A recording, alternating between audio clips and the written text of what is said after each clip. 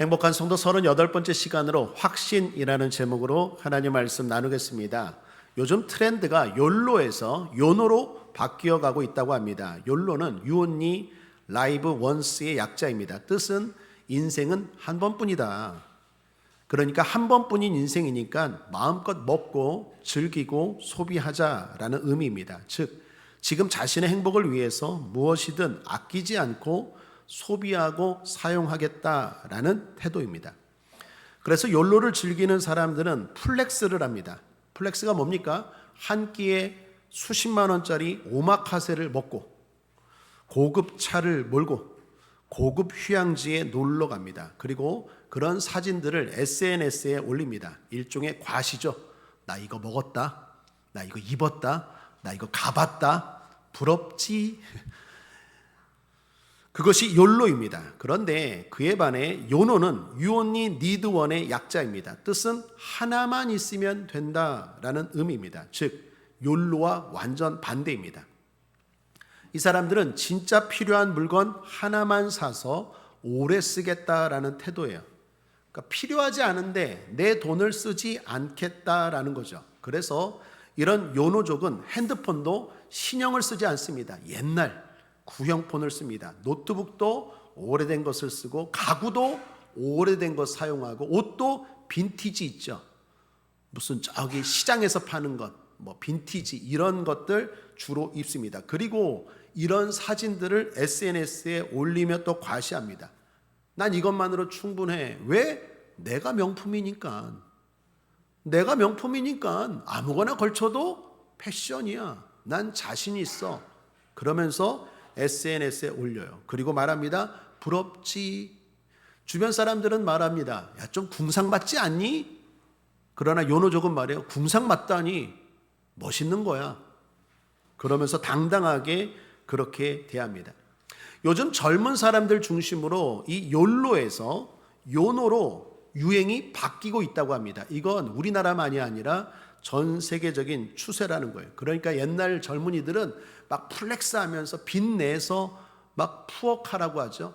가난한데 외제차 좋은 거 몰고 명품 입고 그리고 마치 자기가 그런 것처럼 인생은 한 번뿐이니까 이렇게 태도로 사는데 그게 이제 유행은 시들고 그건 이제 추하게 보이고 요즘 젊은 사람들은 요노 하나를 싸도 아끼고 그러나 내가 명품인데 뭐 이런 걸로 나를 드러내? 그 웃기는 거지.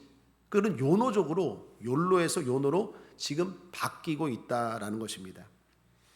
이처럼 트렌드나 유행은 바뀝니다.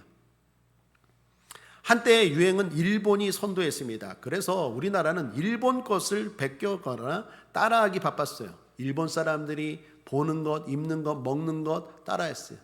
옛날에 일본에 출장을 가는 가족이나 아는 사람이 있으면 꼭 부탁했죠.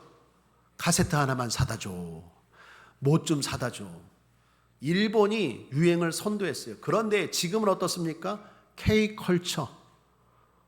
K컬처라고 해서 한국 사람들이 먹는 음식, 한국 사람들이 입는 옷, 한국 사람들이 행하는 노래 이런 것들이 인기를 유행을 선도하고 있어요. 제가 어제 결혼식이 있어서 서울 갔는데 지하철을 타봤는데 깜짝 놀랐습니다.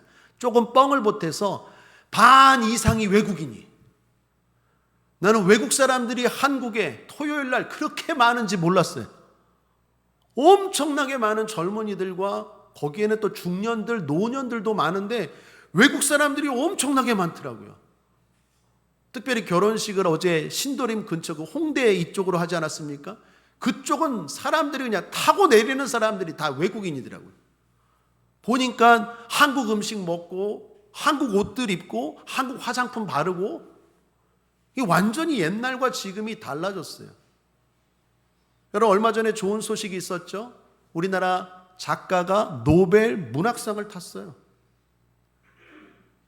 우리나라에서 24년 전에 김대중 대통령이 노벨 평화상 받은 이후에 처음이라고 하죠. 아시아에서도 최초래요. 이제 문학도 한국이 선도하게 됐어요. 완전히 바뀌었어요. 일본 옛날에는 그러한 나라들 추구하고 따라갔는데 트렌드나 유행이 바뀌더라는 것입니다. 그전에 드라마나 영화도 그렇죠. 기생충, 오징어 게임. 우리만 좋아하는 게 아니라 온 세계가 좋아하고 그런 것들에 빠져듭니다. 좀 오래된 이야기인데 대장금이라는 드라마 아십니까?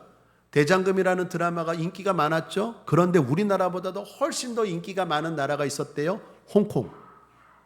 홍콩 TV 역사상 최고 시청률이 대장금이래요. 그 나라 사람들이 만든 것도 아닌데 우리나라 대장금이 거기에서는 인기가 최고였대요. 만나는 사람들마다 대장금 이야기하고 신문에 항상 일면은 대장금 이야기 나오고. 여러분, 저 연배나 저보다 조금 어른 연배들은 옛날에 뭐 했습니까? 조금 바바리 좀 걸쳤죠? 왜요? 홍콩 영화. 주윤발, 이쑤시개 좀 이렇게 씹지 않았습니까? 이렇게 밥 먹고 나오면 이렇게 주윤발 흉내 냈잖아요. 옛날에는요, 우리 때는 홍콩 영화, 홍콩 배우 따라했는데 이게 완전히 바뀌었어요. 홍콩 사람들이 우리나라 문화, 우리나라 영화, 우리나라 아이돌, 우리나라 가수 엄청 좋아한다는 거예요. 뭐 라면, 김치, 어디를 가도 있어요. 맛있대요. 좋대요. 뭡니까? 유행이나 트렌드는 바뀌어요. 인기도 마찬가지입니다. 유튜브를 보다가 한 하이틴 스타, 그 사람의 스토리를 봤어요.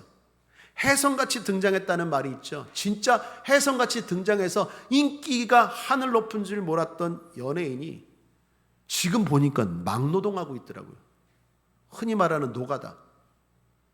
그의 인터뷰에서 인기의 헛됨을 느낄 수 있었어요. 여러분, 이게 지금 다 뭡니까? 트렌드나 유행이나 감동이나 인기나 연예인을 선호하는 마음은 변할 수 있다는 거예요. 달라질 수 있다는 거예요. 자, 그런데 신앙은 어떨까요? 신앙도 그렇게 하면 될까요? 안 될까요? 안 되죠. 신앙은 트렌드가 아니에요. 신앙은 유행이 아니에요. 신앙은 무슨 연예인 사모하고 좋아했던 것처럼 그런 거 아니에요. 오늘 성경 말씀을 보십시오. 오늘 주님이 뭐라고 말합니까? 히브리서 3장 14절 함께 읽겠습니다. 시작. 우리가 시작할 때에 확실한 것을 끝까지 견고히 잡으면 그리스도와 함께 참여한 자가 되리라. 여기 확실이라는 말이 헬라어로 휘포스타시스라고 해서 확신이 더 정확한 번역입니다. 그래서 우리 개역 한글 성경을 사용하는데 개역 개정 성경에는 확신으로 번역했어요. 영어 성경도 마찬가지입니다. 확신이 더 좋은 번역인 것 같습니다. 무슨 말입니까? 확신을 가지고 신앙생활 하라라는 말이에요. 그리고 그런 신앙생활을 끝까지 유지하라라는 것입니다. 이유가 뭘까요? 자, 이에 대해서 오늘 크게 세 가지로 나누어서 하나씩 한번 살펴보죠. 첫째로 한번 따라하겠습니다. 확신 있는 신앙생활을 한다. 그래야 승리할 수 있습니다. 신앙의 능력은 내가 주님을 확실하게 믿을 때 나타납니다. 열왕기상 18장에 보면 이스라엘 백성들의 신앙 상태가 나옵니다. 열왕기상 18장 21절 함께 읽겠습니다. 시작. 엘리야가 모든 백성에게 가까이 나아가 이르되 너희가 어느 때까지 두 사이에서 머뭇머뭇하려느냐. 여호와가 만일 하나님이면 그를 쫓고 바알이 만일 하나님이면 그를 쫓을지니라 하니 백성이 한 말도 대답지 아니하는지라. 여기 이스라엘 백성들의 신앙 상태를 잘 보여주는 단어가 있습니다. 그게 뭡니까? 머뭇머뭇. 머뭇머뭇 무슨 말입니까? 우유부단, 갈팡질팡, 결단하지 못하고 확신하지 못하는 신앙생활이에요. 하나님을 믿으면서도 확신을 가지고 신앙생활하지 못했다라는 것입니다. 그 결과 어떤 일이 벌어집니까? 기근이 임해요. 부족함이 임해요. 하나님을 믿는데도. 여러분, 하나님이 누구입니까? 천지만물을 지으신 모든 것의 주인이신 하나님이신 줄 믿습니다. 더 중요한 건 그 하나님이 저와 여러분 사랑하는 줄 믿습니다. 신앙 고백합시다. 하나님이 나를 사랑하십니다. 믿습니까? 근데 어떻게 기근이 일어나요? 말도 안 되는 일이지.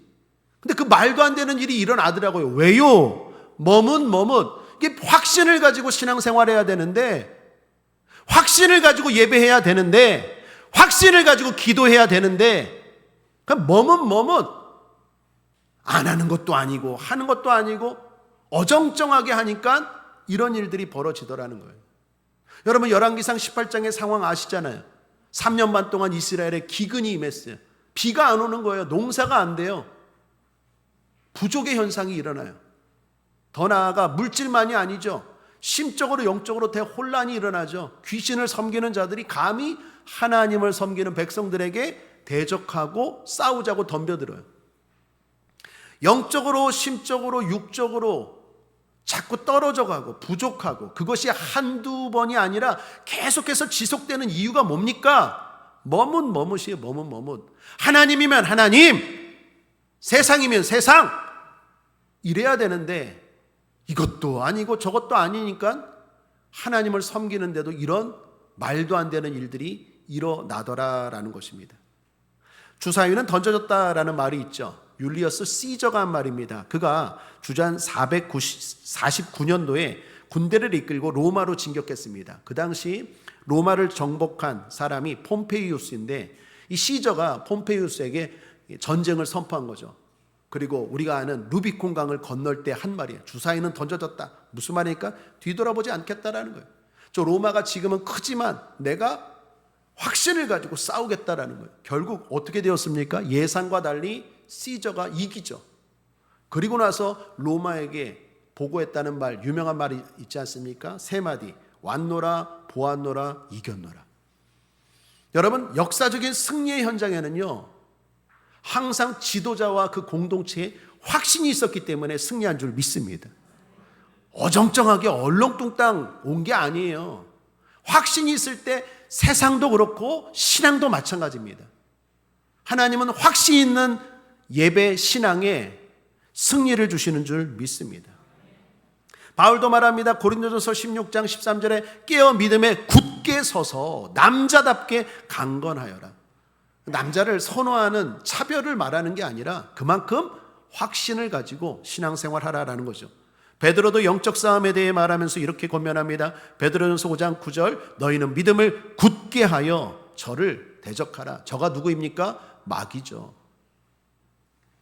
확신 있는 믿음이 있어야 승리가 있습니다. 또한 응답도 있죠. 주님은 확신 있는 믿음에 응답 주시는 줄 믿습니다. 우리 함께 읽어보죠. 마가복음 11장 23, 24절 시작. 내가 진실로 너에게 이르노니 누구든지 이 산더러 들리어 바다에 던지우라 하며 그 말하는 것이 이룰 줄 믿고 마음에 의심치 아니하면 그대로 되리라. 그러므로 내가 너에게 말하노니 무엇이든지 기도하고 구하는 것은 받은 줄로 믿으라. 그리하면 너에게 그대로 되리라. 그대로 되리라가 두 번이나 나옵니다. 강조죠. 그 앞에 하는 말, 나오는 말이 다 뭡니까? 확신이에요. 기도하고 의심치 말라. 무슨 말입니까? 확신 있게 기도해라. 받은 줄로 믿으라. 무슨 말입니까? 확신 있게 신앙생활해라. 그래야 하나님이 응답을 주신다. 주시면 좋고 안 주셔도 괜찮고 그럼 안 주시죠. 주실 줄 믿습니다. 그래야 응답하신다는 거 아니에요? 어정쩡 머문머문 하는 것도 아니고 안 하는 것도 아니고 하려면 제대로 하고 그래야 하나님도 응답하신다 이 말 아닙니까? 한 번은 주님께 한 남자가 찾아왔어요. 그 사람의 문제는 아들이었습니다. 아들이 귀신에 들렸어요. 아들이 귀신에 들려서 불 가운데 물 가운데 막 들어갑니다. 정신을 못 차리는 거죠. 부모 마음이 어떻겠어요? 마음이 괴롭죠. 내가 아프면 차라리 낫겠는데 아들이 그러니까 얼마나 부모 마음이 안타깝겠습니까? 그런데 방법을 찾았어요. 예수님. 누가 예수님을 소개했어요. 그래, 예수님께 나아가자. 그 아들을 문제를 가지고 예수님께 나아갑니다. 그리고 예수님께 말하죠. 주님, 우리 아들이 귀신에 들렸는데 도와주세요. 그런데 이 아버지의 말이 틀렸어요. 할 수 있거든 우리 아들 좀 도와주세요. 예수님이 뭐에 걸렸습니까? 할 수 있거든이라는 말에 딱 걸렸어요. 할 수 있거든이 무슨 말이냐? 오늘날로 말하면 뭐예요? 예배 드리러 왔으면 됩니다. 해결됩니다. 응답됩니다. 치료됩니다. 도와주실 줄 믿습니다. 그런 마음으로 예배 드려야지. 할 수 있거든이 무슨 말이냐? 너 그럼 왜 왔어? 왜 왔어? 차라리 오지나 말지. 이 얘기예요. 다행히 이 아버지는 금방 깨달았어요. 주여 믿습니다. 할 수 있습니다. 주님은 도와주실 줄 믿습니다. 그리고 나서 치료되는 거 아닙니까? 함께 읽어보겠습니다. 마가복음 9장 23, 24절에 시작. 예수께서 이르시되 할 수 있거든이 무슨 말이냐, 믿는 자에게는 능치 못할 일이 없느니라 하시니 곧 그 아비가 소리를 질러 가로되 내가 믿나이다, 나의 믿음 없는 것을 도와주소서 하더라. 확신이 있어야 응답도 있다니까요. 하나님이 힘이 없어서 안 도와주려고가 아니라 믿음대로 되는 거예요. 확신 있는 믿음. 바울도 말합니다. 고린도후서 3장 4절에 우리가 그리스도로 말미암아 하나님을 향하여 이 같은 확신이 있으니, 확신이 있어야 돼요. 확신을 가지고 신앙생활해야 됩니다. 하쿠요사라는 회사가 있습니다. 이 드라이 클리닝 회사입니다. 그 세탁업계에서 아주 유명한 회사라고 합니다. 이 회사가요, 우리나라뿐만 아니라 동양 최대의 세탁계에서 큰 회사래요. 이 창립한 주인공이 겐지라는 사람인데, 이 사람의 간증을 봤는데 청년 시절 때 사기를 당한 거예요. 그것도 친구에게. 여러분, 사기를 당하는 것도 마음이 아프지만 친구에게 사기를 당하면 어떨까요? 절망이죠. 배신감이 더 크죠. 돈도 돈이지만 믿었던 사람에게 사기를 당하니 얼마나 괴롭겠습니까? 그런데 중요한 건 그 괴로움을 이 사람은 믿음으로 주님께 연결했어요. 사랑하는 여러분, 세상 사람과 성도의 차이가 뭘까요? 어려움이 있을 때 어려움을 어떻게 연결하느냐예요. 세상 사람들은 술로 연결하고 쾌락으로 연결하고 세상으로 연결해요. 그러면 어려움이 더 어려워져요. 별거 아니에요. 이길 수 있어요. 그런데 그 어려움 때문에 인생까지 망쳐버려요. 그러나 성도는 어려움이 있을 때 뭐로 연결합니까? 기도로 연결하고 주님께 연결하죠. 빌립보서 4장 6절에 아무것도 염려하지 말고 모든 일에 기도와 간구로 너희 구할 것을 하나님께 아뢰라. 근심하고 걱정하는 일이 있으면 기도로 연결해야죠. 겐지는 기도로 연결했어요. 아, 그래, 이제는 내가 친구도 안 믿고 그 누구도 안 믿는다. 나에게는 주님밖에 없다. 교회로 달려갔어요. 교회로 달려가서 주님 앞에 울면서 부르짖었어요. 아무도 없는데 혼자, 주님, 저에게는 주님밖에 없습니다. 이제 친구도 없고 아무도 없습니다. 주님만 의지합니다. 도와주옵소서. 부르짖고 기도했어요. 얼마나 기도했을까요? 기도하면 뭐가 찾아옵니까? 평안이 찾아오죠. 그런데 더 나아가서 평안이 찾아오는데 더 기도하면 뭐가 올까요? 확신이 찾아와요. 여러분 경험해 보셨잖아요. 기도하면요, 응답이 두 군데 임하는데 어디에? 마음과 환경에 임해요. 어디부터 임할까요? 마음부터 임해요. 이 경험해 보셨죠? 기도하면요, 마음부터 임해요. 환경은 똑같아요. 환경은 어려워요. 살아날 구멍이 안 보여요. 그런데 마음이 확신이 생겨요. 될 것 같아. 나는 잘 될 것 같아. 좋은 일이 일어날 것 같아. 합력하여 선이 이루어질 것 같아. 이 마음이 바뀌어져요. 마음의 응답이 먼저 임해요. 그리고 환경의 응답이 임하는 거예요. 여러분 이거 잊지 마십시오. 내 마음에 응답이 없는 이상 환경의 응답은 없어요. 내 마음에 여전히 될까? 안 될까? 내 입술이 여전히 부정적인데 환경이 바뀌길 원한다? 절대로 그런 일 없어요. 따라하겠습니다. 내가 먼저 변해야 환경이 변한다. 이건 완전한 천국 진리예요. 하나님이 앞에 기도하니까 환경은 똑같은데 막 용기가 생기는 거예요. 막 될 것 같고 막 기쁨이 넘치는 거예요. 그러다가 한 3개월쯤 지났나? 한 사람이 직장을 소개했는데 그 사람이 세탁업소 주인이었어요. 우리 세탁소에 와서 일 좀 안 하려고. 그래서 일을 했는데 이게 내 적성에 맞는 거야. 그리고 너무 좋은 거예요. 이게 사람들의 옷을 빨아주는 거잖아요. 마치 사람들의 죄를 씻어주는 것처럼 느껴지는 거예요. 여러분, 내가 바뀌면 해석이 바뀌어요. 내가 이런 세탁업소를 해? 내가 할 일이 없어서 지금 내 비참하네. 내 인생이 이게 뭐야? 이 생각이 바뀌어야 돼요. 기도하면요, 똑같은 상황인데 해석이 달라져요. 사람들의 죄를 씻어주는 일이지. 이거 얼마나 좋은 일이냐, 기쁜 일이냐.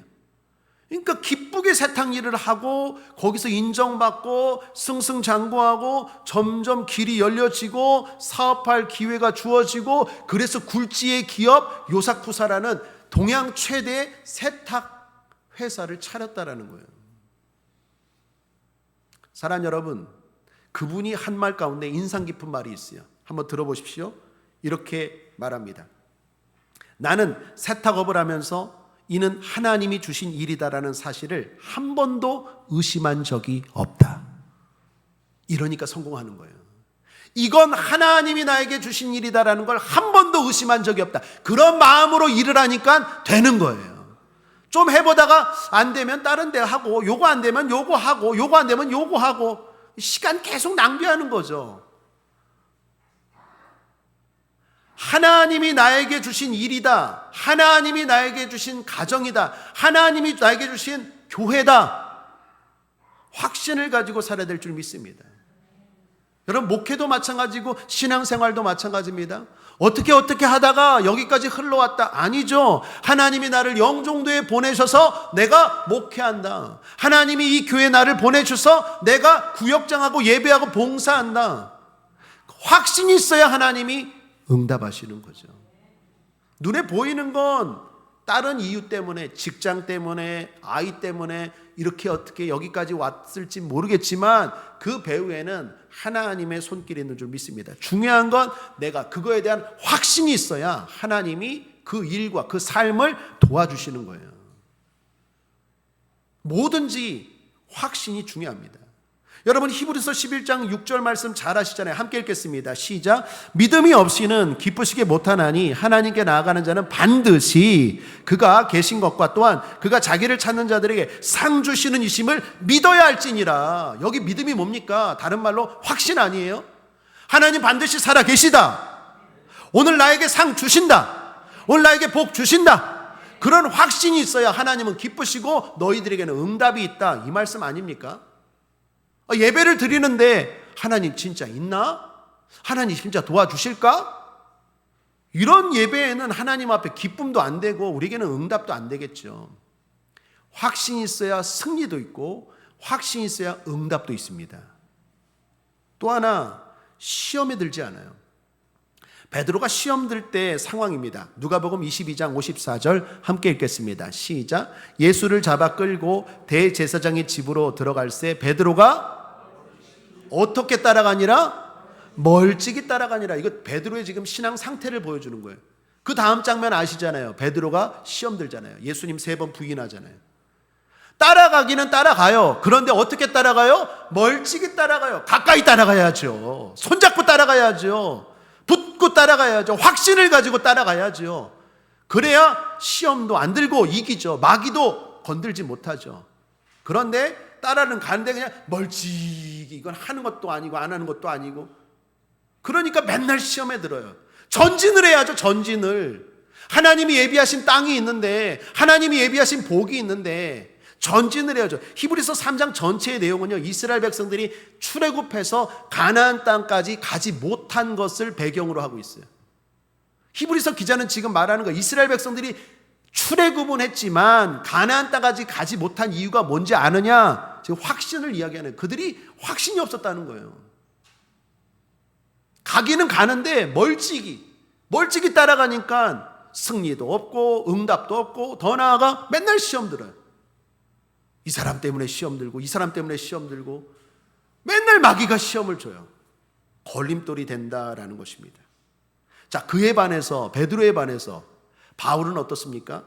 바울이 쓴 서신을 보면요, 항상 공통적으로 나오는 말이 있는데 참 도전이 되고 감동이 돼요. 몇 군데만 소개하면, 고린도전서 1장 1절에 하나님의 뜻을 따라 그리스도 예수의 사도로 부르심을 입은 바울과, 바울 자신에 대한 소개인데요. 뭐라고 소개합니까? 나는 하나님의 뜻으로 부르심 받았어. 이 얘기예요. 여러분, 바울은 사도입니까? 사도가 아닙니까? 사도가 뭡니까? 사도와 제자가 똑같습니까? 아니에요. 사도라는 말과 제자라는 말은 다릅니다.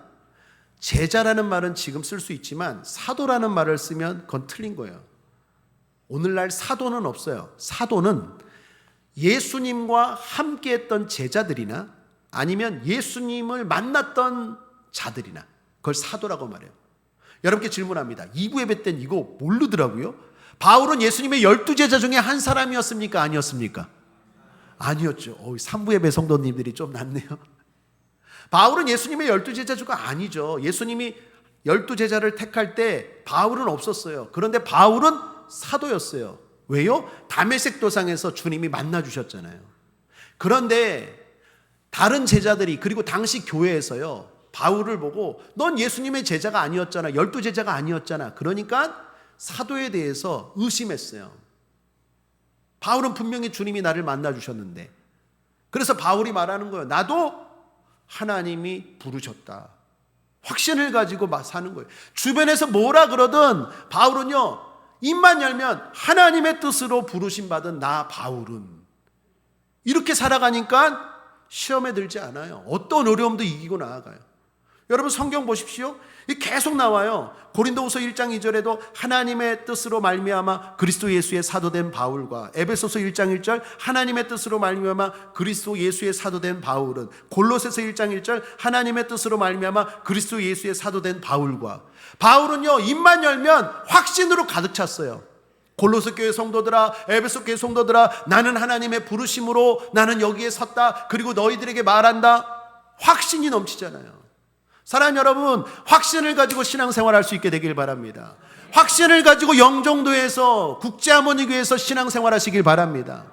어떻게 하다가 여기 왔다, 여기 또 시험 들면 또 딴 데 간다, 이러니까 응답이 없죠. 승리가 없죠. 맨날 시험에 들죠. 여기 가서 시험 들고 여기 가서 시험 들고.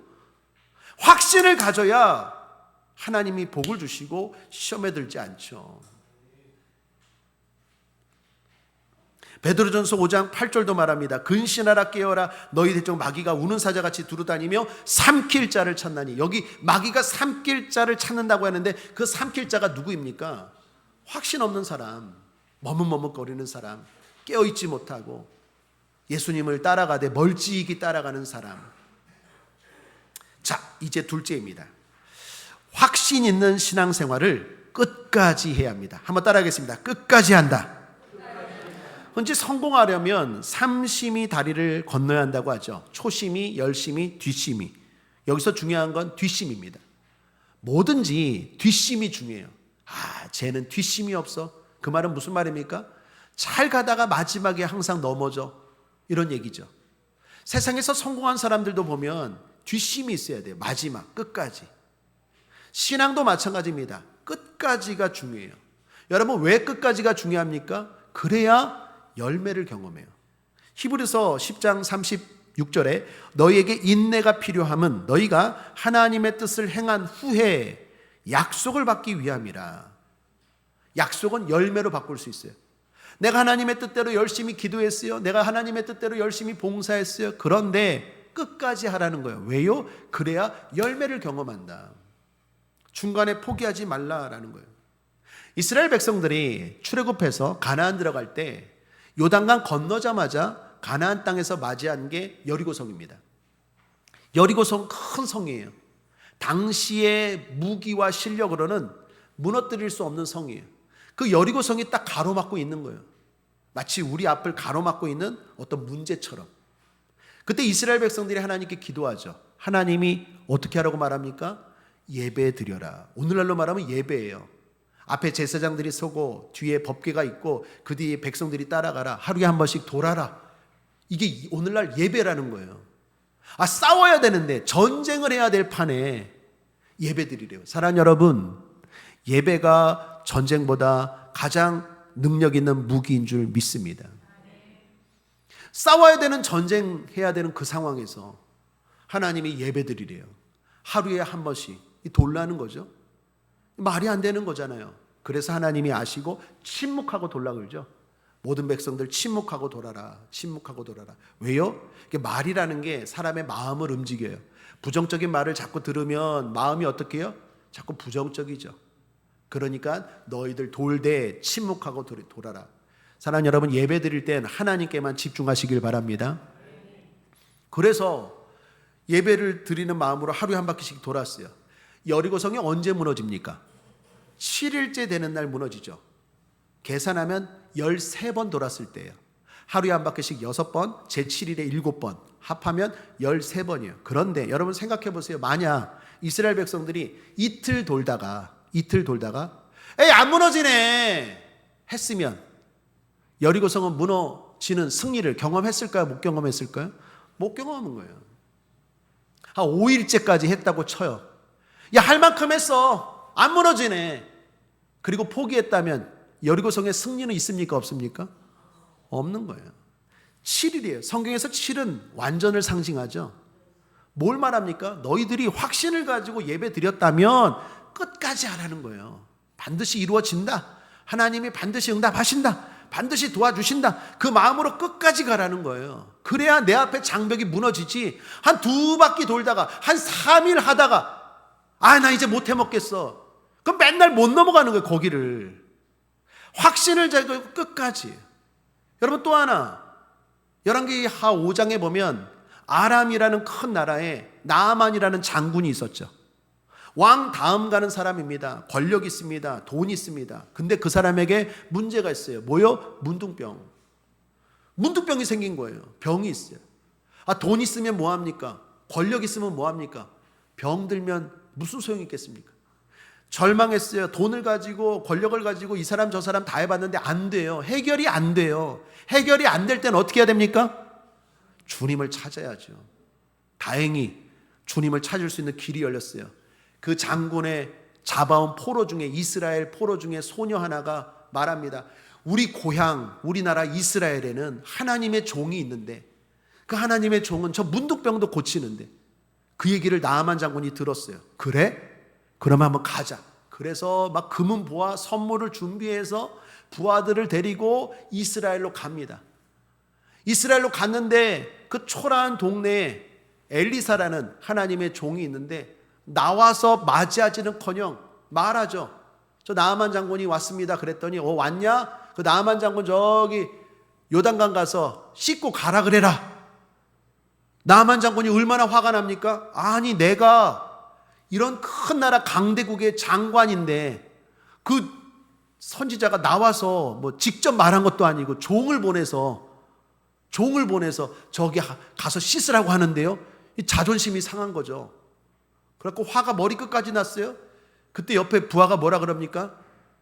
장군이시여 정신 차리십시오. 지금 여기 자랑하러 왔습니까? 환자로 왔습니까? 뭐로 왔습니까? 환자로 왔잖아요. 환자로 와놓고 아직까지 자존심 버리지 못했습니까? 그것보다 더하라 그런 거 더해야지요. 치료 받는다면. 그때 나아만 장군이 마음을 돌이켜보고 그렇지. 아이고 내가 아직까지 교만이 덜 깨졌구나.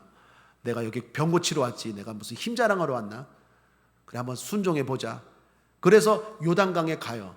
그 요단강 가니까 요단강이요 되게 작은 강이에요. 나아만 장군이 말합니다. 우리나라에 있는 아람에 있는 아마르 강이나 바르발 강이나 이거보다도 훨씬 더 물도 깨끗하지 않고 수량도 적고 조그만 요단강인데 여기 가서 씻으라고 또 한번 짜증이 확 나려고 했는데 또 주변 사람들이 정신 차리세요. 환자로 왔잖아. 환자로. 계급장 떼세요. 그 말 듣고 또 어떻게 해요? 요단강에 들어가요. 자, 요단강에 들어갔는데 몇 번 들어갔을 때 치료받습니까? 7번이에요. 여러분 이 사건이 뭘 보여줍니까? 7번이라니까요. 완전히 끝까지. 만약에 생각해 봅시다. 나아만 장군이 한 3번 들어갔다 나왔어요. 그리고 말합니다. 야, 나 할 만큼 했어. 나 장군이야, 장군. 그런데 안 되잖아. 이랬으면 치료됩니까? 안 됩니까? 안 되는 거예요. 확신 있는 신앙생활 갖는 것도 중요하지만 더 중요한 건 끝까지 가야 돼요. 확신 있는 믿음을 가지고 끝까지 기도하십시오. 끝까지 예배하시고 끝까지 봉사하십시오. 어정쩡하게 하지 말고 확신 있게 믿음을 가지고 제대로, 그래야 하나님도 역사하세요. 하나님을 만으로 여기면 안 돼요. 하나님을 하나님답게 대해야지. 그건 내가 확신 있는 믿음을 가지고 끝까지 할 때예요. 그럴 때 기적은 일어나고 치료는 되고 승리는 주어지고 응답되고 시험에 들지 않게 될 줄 믿습니다. 여러분 우리 예수님도 마찬가지 아닙니까? 예수님이 승리하신 이유가 뭡니까? 십자가에서 마지막까지 승리하신 것 때문에 승리한 거 아닙니까? 만약에 예수님이 기적을 일으키고 은혜를 베풀고 복음을 전했지만 마지막 십자가에서 흔들렸을 때 포기했다면 그 뭣도 도루묵이 되는 거예요. 물은 몇 도에 끓는다고요? 100도에 끓어요. 90도나 85도나 뜨거워요. 그래, 맞아, 뜨거워요. 뜨겁지만 끓는 건 100도가 돼야 된다니까요. 우리 신앙이 뜨거운 거 알겠는데 응답 받으려면 100도가 돼야 돼요. 100도가. 마라톤은 42.19 완주를 해야 완주예요. 그렇지 않고 40km 뛰고 포기하면, 10km 뛰고 포기하면, 1km 뛰고 포기하면 다 똑같아요. 뭡니까? 낙오예요, 낙오. 끝까지 가야 돼요. 확신 있는 믿음을 가지고 끝까지 갈 때 하나님이 역사할 줄 믿습니다. 과거에 제가 도루묵에 대한 이야기를 해드린 적 있죠. 도루묵은 묵이 아니라 생선 이름입니다. 그런데 이 생선 이름이 한때는 모고였죠. 모고였는데 도루묵으로 바뀐 것입니다. 이유는 임진왜란 때 선조왕 때문이에요. 왜군이 쳐들어왔어요. 왕이 끝까지 버텨야 되는데 백성들 방패막이 삼고 왕은 도망갔잖아요. 궁궐 버리고. 저 신의주인가요? 신의주까지 도망갔어요. 그 피난길에, 그 왕이 피난길에 먹을 게 없잖아요. 그런데 신하들이 또 충성한다고 유성룡으로 기억하는데, 유성룡이라는 신하가 왕의 수라상에 얹으려고 어떻게 해갖고 생선을 구해온 거예요. 피난길에 그 어려운 때에 그 생선을 먹었는데 이게 맛있을까 안 맛있을까요? 너무 맛있는 거예요. 피난길에 생선을 먹어서. 그래서 이 신한테 뭐 여봐라, 이거 생선 이름이 뭐냐 그랬더니 모고입니다. 그랬더니 앞으로 모고라고 하지 말고 은어라고 하거라. 그래갖고 생선 이름을 바꿨어요. 은어로. 그런데 이제 전쟁이 끝나고 왜군이 물러갔어요. 이제 왕이 다시 궁궐로 돌아왔어요. 궁궐로 돌아왔는데 어느 날 옛날에 먹었던 은어가 생각이 나는 거야. 그래갖고 여봐라, 은어를 잡아오거라. 그래갖고 은어를 이게 강대상이란다. 식상에 올렸어요. 수라상에. 근데 그걸 먹었는데 옛날 맛이 날까 안 날까요? 안 나요. 왜 안 나요? 내 입맛이 바뀌었잖아요. 어려울 때는 그게 맛있었지만 이제 궁궐에 돌아와서 이제 산의 진미 먹고 평안해지니까 이게 옛 맛이 안 나는 거예요. 이게 왜 이 은어가 이러냐? 이거 진짜 은어 맞냐? 맛싸움니다. 근데 맛이 없다. 도로 먹어라 하거라. 도로 먹어? 도로 묵어? 도루묵. 그래갖고 도루묵이 됐다는 거예요. 신앙생활도 이렇게 하는 사람들이 있는 것 같아요. 어려울 땐, 힘들 땐 주여! 그 은혜가 되죠. 예배가 은혜가 되고, 기도가 은혜가 되고, 눈물이 나고, 하나님이 또 응답하시고. 근데 조금씩 편해지면서 자꾸 신앙의 행동이 달라지는 거예요. 입맛이. 자기가 달라진 건 생각 안 하고, 이게 뭐냐? 왜 이렇게 맛이 없냐? 왜 이렇게 예배가 맛이 없냐? 졸리냐? 왜 이렇게 설교가 은혜가 안 되냐? 기도가 왜 이렇게 맛이 없냐? 자기가 바뀐 건 생각 안 하고. 도루묵 신앙이 되면 안 된다는 것입니다. 사랑하는 여러분, 확신 있는 신앙생활을 끝까지 유지하는 게 중요해요. 저와 여러분의 삶 가운데는 그리하여 복에 복을 더하시고 지경의 지경이 넓혀지는 계속해서 전진하는 인생 되시기를 주님의 이름으로 축복합니다. 함께 말씀 읽겠습니다. 마태복음 24장 13절, 끝까지 견디는 자는 구원을 얻으리라. 요한계시록 2장 26절, 이기는 자와 끝까지 내 일을 지키는 그에게 만국을 다스리는 권세를 주리니. 오늘 성경 말씀도 그렇습니다. 히브리서 3장 14절 함께 읽죠. 시작. 우리가 시작할 때에 확실한 것을 끝까지 견고히 잡으면, 그 다음에 뭐라고요? 그리스도와 함께 참여한 자가 되리라. 이게 왜 중요합니까? 그리스도와 함께 참여한 자가 되리라. 무슨 말입니까? 쉽게 말하면 천국 간다는 거예요. 그 말은 반대로 끝까지 붙잡지 못하면 지옥 간다는 거예요. 설마 지옥 갈까? 설마 지옥 갑니다. 예를 들어 가룟 유다 보세요. 가룟 유다 지옥 갔잖아요. 처음에는 확신을 가지고 신앙생활했죠. 그러니까 예수님의 12제자에 들어갔잖아요. 그런데 끝까지 그 믿음 지키지 못해서 결국 지옥 가지 않았습니까? 그리스도와 함께 참여한 자가 되지 못했죠. 그러므로 끝까지가 중요합니다. 자, 그러기 위해서 이 마지막 세 번째가 눈여겨봐야 할 부분입니다. 한번 따라하겠습니다. 나는 권면이 필요합니다. 우리가 확신 있는 믿음 생활을 끝까지 하기 위해서 필요한 게 바로 권면입니다. 오늘 14절 말씀을 잘 보시면 이 말씀을 중심으로 앞뒤에 특이한 게 있어요. 모두 다 권면에 대해 이야기해요. 자, 14절 앞에 13절은요, 사람의 권면입니다. 14절 뒤에 15절은요, 성령의 권면이에요. 하나씩 보시죠. 먼저 13절. 오직 오늘이라 일컫는 동안에 매일 피차 권면하여 너희 중에 누구든지 죄의 유혹으로 강팍해 됨을 면하라. 여기 주목할 말이 있습니다. 오늘 매일 피차 누구든지. 권면이 오늘 필요해요. 권면은 매일 필요해요. 왜 그렇습니까? 어제까지 성령 충만하고 어제까지 말씀대로 살았던 사람이 갑자기 오늘 세상을 따라가는 경우가 있어요, 없어요? 있어요. 그게 우리의 연약함입니다. 여러분, 우리만이 아니에요. 성경의 인물도 그렇습니다. 앞서 소개했던 엘리야, 확신 있는 믿음을 가지고 이스라엘의 가뭄의 문제를 해결하고 850대 1로 이겼던 엘리야. 그게 열왕기상 18장 이야기거든요. 그런데 그 한 장 넘기면 열왕기상 19장에 엘리야는요, 완전히 딴 사람이에요. 이세벨이라는 왕비가 죽인다는 그 말 듣고 갑자기 겁에 질려갖고 두려워하고 확신 있는 믿음은 온데간데 없고 하나님 앞에 로뎀나무 앞에서 나 죽고 싶다고, 나 죽여달라고. 그래서요, 이게 똑같은 사람인가? 의심돼요. 저는 목회하면서 그런 경우 많이 봐요. 확신을 가지고 성령 충만한 집사님이셨어요. 정말 봉사도 열심히 하고 찬양도 뜨겁게 하고 열심히 했는데 일주일 만에 완전 딴 사람이 됐어. 그런데 그분만 그런 게 아니더라고요. 저도 그래요. 그래서 사람에게는요, 사람이 필요해요. 사람의 권면이 필요해요. 교회가 필요하고요, 목회자가 필요해요. 아무리 확신 있는 믿음을 가지고 내가 발버둥 쳐도요, 베드로처럼 큰 소리 치지만 어느 순간 또 흔들리는 내 모습을 보고 세상 쫓아가는 내 모습을 봐요. 그게 우리 연약함이에요. 그래서 사랑하는 여러분, 확신 있는 신앙생활이 중요하고 끝까지가 중요한데 진짜 중요한 건 권면이에요. 사람의 권면이 필요합니다. 14절 뒤에 성령의 권면도 마찬가지입니다. 15절.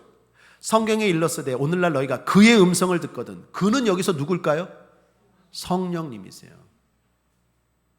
우리가 하나님의 자녀인 줄 믿습니다.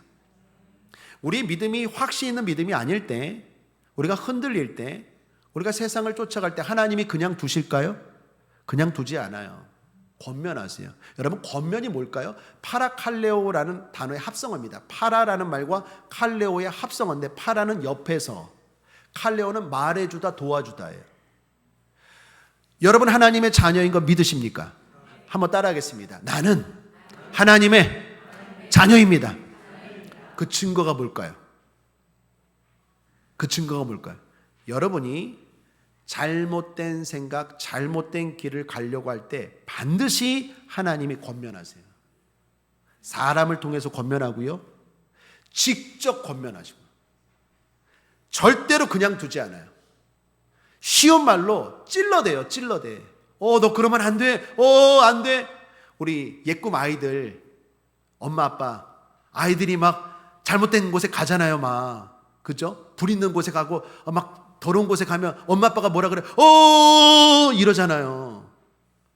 우리가 자꾸 예배를 등한시하고 믿음이 식어지고 잘못된 길을 걸어가고 어려운 일, 험한 일도 모르고 그걸 자꾸 따라갈 때 하나님이 이런다니까요. 사람을 통해서, 때로는 직접. 분명히 하나님은 권면하세요. 제가 한번 경험한 겁니다. 어느 날 꿈을 꿨는데 꿈에 우리 성도님이 등장한 거예요. 그런데 그 성도님을 중심으로 한 100여 명은 될 거예요. 100여 명의 사람들이 둘러서 있는 거예요. 그래서 우리 성도님이 무슨 상을 탔나? 무슨 좋은 일을 했나? 그래서 내가 가까이 갔더니 이 반대더라고요.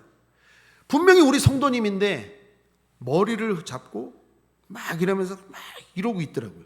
그리고 모인 사람들은 그 사람을 축하해 주려고 간 줄 알았는데 손가락질을 막 하고 있더라고요. 그래서 제가 꿈에 이 사람들한테 하지 말라고, 우리 성도님인데 하지 말라고, 당신들 뭐냐고 하는데 깜짝 놀랐어요. 얼굴을 봤는데 얼굴이 없어, 형체가. 여러분, 공포 영화 보면 이게 딱 여보세요 했는데 딱 뒤에 있는데 얼굴이 없어. 눈도 없고 코도 없고 이런 거 있잖아요. 제가 너무 놀랐어요. 다 글자, 얼굴 형체가 없어요. 그래서 제가 꿈을 딱 깨버린 거예요. 생생하게 꿈의 기억이 나는 거예요.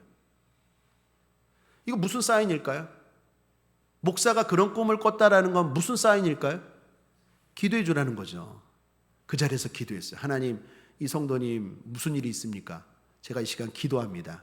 도와주옵소서. 아울러 하나님께 순복하고 마귀를 대적하라. 사탄아, 예수 이름으로 명하노니 떠나갈지어다. 우리 성도에게서 물러갈지어다. 떠나갈지어다.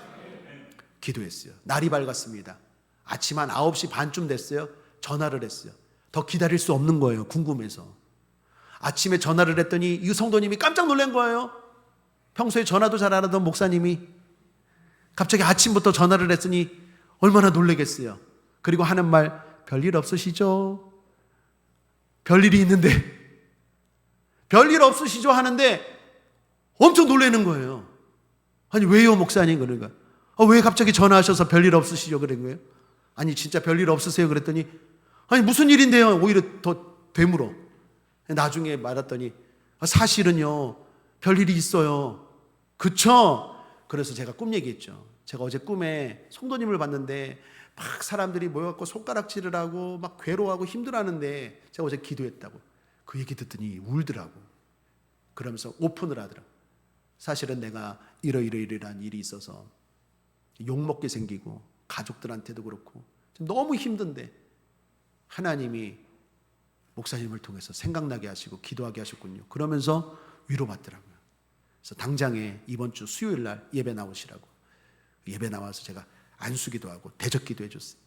결국 일주일 지나고 한 2주 정도 지나서 그 문제가 잘 해결되고 지금은 신앙생활 잘하고 있답니다.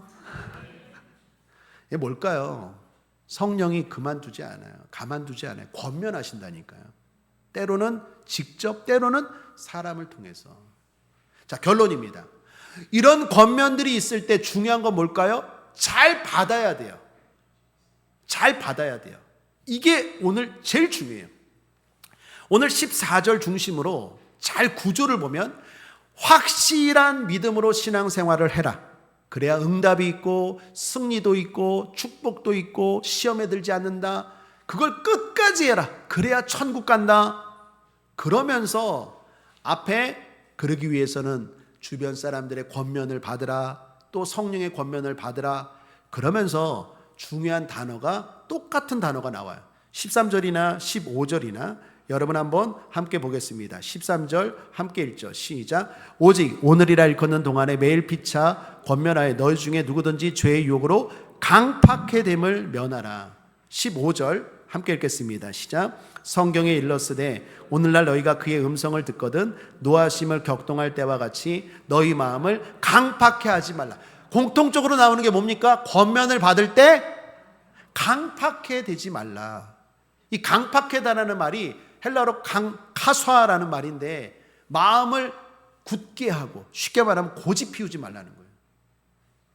권면을 할 때 하나님이 권면을 하실 때 사람을 통해 권면을 하시거나 하나님이 직접 권면을 할 때 너를 도와주려고 할 때 마음을 강팍해 하지 말라. 고집 피우지 말라. 겸손하게 그걸 받아들이라 라는 얘기예요. 사랑하는 여러분, 우리는 연약합니다. 실수할 수 있어요.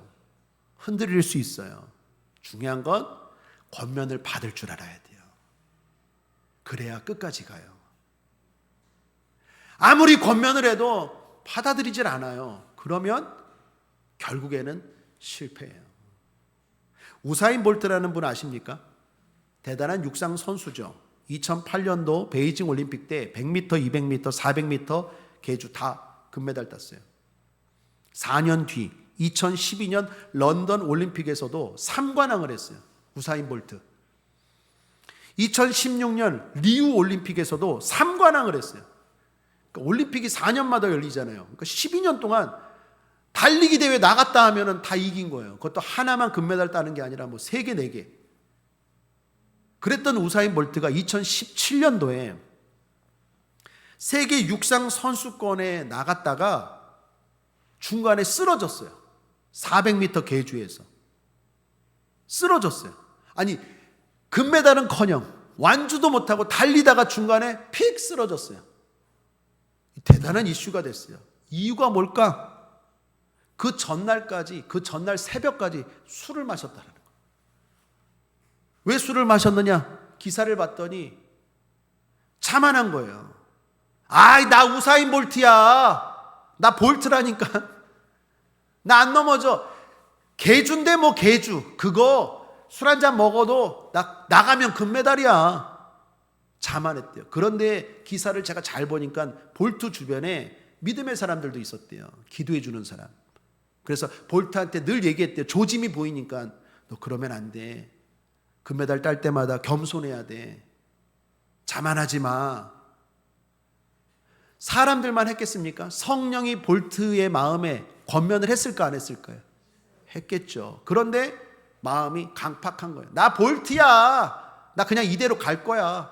받아들이지 않았어요. 결국 비참한 최후, 한순간에 모든 게 무너져 버렸어요. 성경 말씀 잠언에 보면 이런 말씀이 있습니다. 잠언 29장 1절에 자주 책망을 받으면서도 목이 곧은 사람은 갑자기 패망을 당하고 피하지 못하리라. 자꾸 책망을 받고 권면을 받는데도 듣질 않아요. 그러면 갑자기 무너져요. 여러분, 성경에도 이런 사례가 있습니다. 대표적인 사람이 삼손이에요. 삼손. 사사기의 삼손 이야기를 읽으면서 특징이 하나 있습니다. 그게 뭘까요? 계속 내려간다는 표현이 나와요. 내려간다. 사사기 14장 1절 삼손이 딥나에 내려가서, 사사기 14장 7절 그가 내려가서, 19절 삼손이 아스글론에 내려가서, 16장 1절 삼손이 가사에 내려가서. 사랑하는 여러분, 여기서 여러분 축복하고 싶습니다. 여러분은 올라가시기를 바랍니다. 이 내려간다는 건요, 그 지역이 밑에 있다는 얘기가 아니라 지금 의미가 있는 거예요. 여러분, 천국은 올라간다고 말합니까? 내려간다고 말합니까? 올라간다고 말하죠. 성경에서 올라간다라는 게 좋은 표현이에요. 지금 삼손이 내려가고 있다는 건 지금 얘가 무슨 동네가 밑에 있어서 내려간 게 아니라 지금 얘 상태가, 얘 삶이 계속 내려간다라는 거예요. 그러니까 지금 문제가 있다라는 거예요. 자, 문제가 있는데 중요한 건 삼손의 가장 큰 문제는요, 문제가 있을 때 권면을 안 들어요. 삼손의 아버지가 성경에 나오는데 이름이 마노아입니다. 마노아인데 이 마노아는 기도의 사람이에요. 어머니 이름이 누구일까요? 성경에 안 나와요. 그런데 외경이라는 책에 보면요, 삼손의 어머니 이름이 나오는데 마헬리 포니라는 여자예요. 요즘 우리가 주일 오후 때 성경 공부하죠. 정경, 외경, 위경 들어보셨죠? 성경 안에 들어있는 게 66권은 정경, 66권 안에 들어가지 못했지만 읽을 만한 가치가 있는 책을 외경이라고 하잖아요. 그 외경에 보면 삼손에 대한 일화가 나오는데요, 삼손을 어떻게 낳느냐, 이 아버지 마노아와 엄마 사이가 불임이었어요. 불임. 아브라함과 사라처럼 아기를 못 낳아요. 아기가 안 생기는 거예요. 그래서 하나님 앞에 기도했대요. 금식하고 기도했겠죠. 하나님, 아들을 주옵소서, 아들을 주옵소서, 아들을 주옵소서. 간절히 기도했어요. 그리고 낳은 아들이 삼손이에요. 여러분, 삼손이라는 뜻이 써니 보이라는 뜻이에요. 써니가 뭡니까? 태양. 태양의 아들, 빛의 아들이라는 거예요. 우리 그리스도인들을 빛의 자녀라 그러잖아요. 빛의 자녀, 하나님이 주셨다라는 거예요. 그게 삼손이라는 뜻이에요. 그러니까 부모님이 믿음의 사람입니까? 믿음의 사람이 아닙니까? 믿음의 사람이죠. 기도로 낳은 아들인데 이 아들을 위해서 얼마나 많이 기도했겠어요. 삼손이 자꾸 세상으로 내려갈 때 엄마 아빠가 기도했을까 안 했을까요? 했죠. 더욱이 중요한 건 성령께서 그냥 두셨겠습니까? 아니죠. 계속 찔러댔겠죠. 너 왜 이렇게 정신 못 차리냐? 너 힘 있다고 아직도 교만하냐? 아직도 자존심 못 부렸냐? 삼손아, 정신 차려라. 그런데도 불구하고 삼손 보면 계속 교만해요. 방자하게 행동을 해요. 그러니까 계속 내려가요. 결국엔 어떻게 됩니까? 삼손의 결론이 뭡니까? 사사기 16장 21절 함께 읽겠습니다. 시작. 블레셋 사람이 그를 잡아 그 두 눈을 빼고 끌고 가사에 내려가 놋줄로 매고 그로 옥중에서 맷돌을 돌리게 하였더라. 두 눈 다 뽑히고 이제 진짜 완전 마지막 비참한 데까지 내려가잖아요. 사랑 여러분, 내려갈 때 권면 들읍시다. 그리고 빨리 올라갑시다. 우리는 계속 올라가는 인생이 돼야 돼요. 하나님 분명히 권면하세요. 분명히 찔러대세요. 저도 경험해 봤어요. 사람을 통해서, 환경을 통해서, 아니 직접 우리 안에 성령이 계시기 때문에요. 성령이 그냥 있지 않아요. 내가 잘못된 행동을 하고 잘못된 길을 가고 그러면 반드시 성령이 우리를 권면하세요. 중요한 건 누구나 그럴 수 있어요. 엘리야도 그렇고 다윗도 그렇고 삼손도 그렇고 예수님도 그랬어요. 중요한 건 승리와 실패는 그 권면을 받을 때 강팍해지지 말아야 돼요. 강팍한 마음으로 고집을 피우면 결국 여기까지 내려가요. 바닥인 줄 알았는데 아니요, 더 바닥이 있어요. 이제 바닥인 줄 알았는데 아니요, 더 바닥이 있어요. 더 내려가요. 더 내려가요. 완전 더 내려가요. 그래서 결론은 하나님이 권면할 때 잘 받을 수 있는 저와 여러분 되길 바랍니다. 더 나아가 축복합니다. 우리는 확신 있는 신앙생활을 흔들림 없이 끝까지 누가 보든 안 보든 변함없이 할 수 있게 되길 바랍니다. 한강이라는 작가가 노벨 문학상을 받았어요. 기사를 보니까 노벨 문학상 받았어요 라는 소식을 아들과 저녁 먹다가 들었대요. 저녁 먹다가. 여러분 얼마나 놀랬겠습니까? 저녁 먹다가 노벨상 받았어요 이러면 여러분 놀래겠습니까? 안 놀래겠습니까? 상금이 13억이라고 합니다. 돈이 문제가 아니라 명예가, 지금 그분 때문에 서점가가 난리가 났어요. 저도 딱 그 소식 듣는 순간 아이고 한번 그 책 사보고 싶다. 채식주의자 뭐 이런 거, 그분이 쓴 책들 도대체 무슨 내용인데 노벨 문학상을 받았을까? 그런데 아니나 다를까 지금 뭐 서점가에 난리가 났대요. 책이 없대요. 계속 찍어댄대요. 밥 먹다가 갑자기 노벨상 받았습니다. 제가 이 이야기를 들었는데 이런 생각이 들었어요. 사랑하는 여러분, 여러분이 확신을 가지고 믿음 생활하고 있을 때 하나님은 갑자기 깜짝 놀랄 좋은 일을 주실 줄 믿습니다. 그냥 일상을 살아갈 때 누가 보든 안 보든 확신을 가지고 열심히 신앙생활할 때 하나님은 그렇게 복을 주셔서 깜짝 놀라게 치료해 주시고 깜짝 놀라게 부욕해 하시고 깜짝 놀라운 승리와 응답을 주실 줄 믿습니다. 서로 끝으로 옆 사람과 인사하겠습니다. 기대가 됩니다.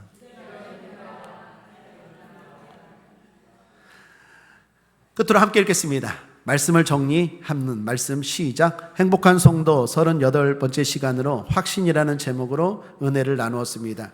확신 있는 신앙생활을 해야 합니다. 그래야 승리도 응답도 있고 시험에도 들지 않을 수 있습니다.